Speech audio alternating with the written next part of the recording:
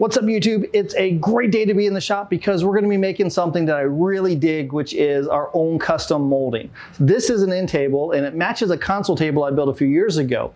And to make this really pop, we're going to do our own molding that goes over the aprons around here. And it's going to be a stack molding, which means we get to make multiple types of molding put together to give it its own unique look. So let's get started.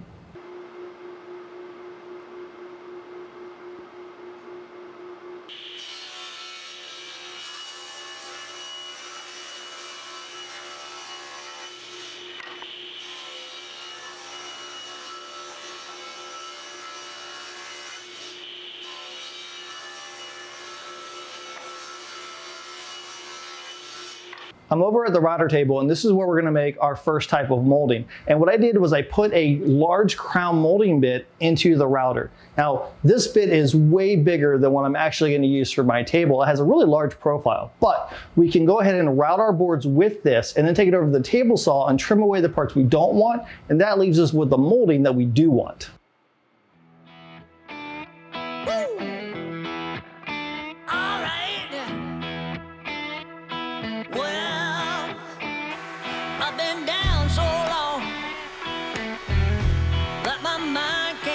No rest.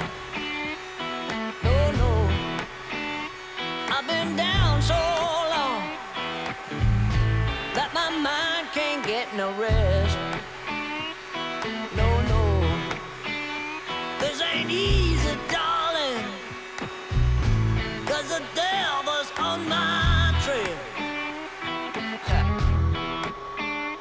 I've been running so long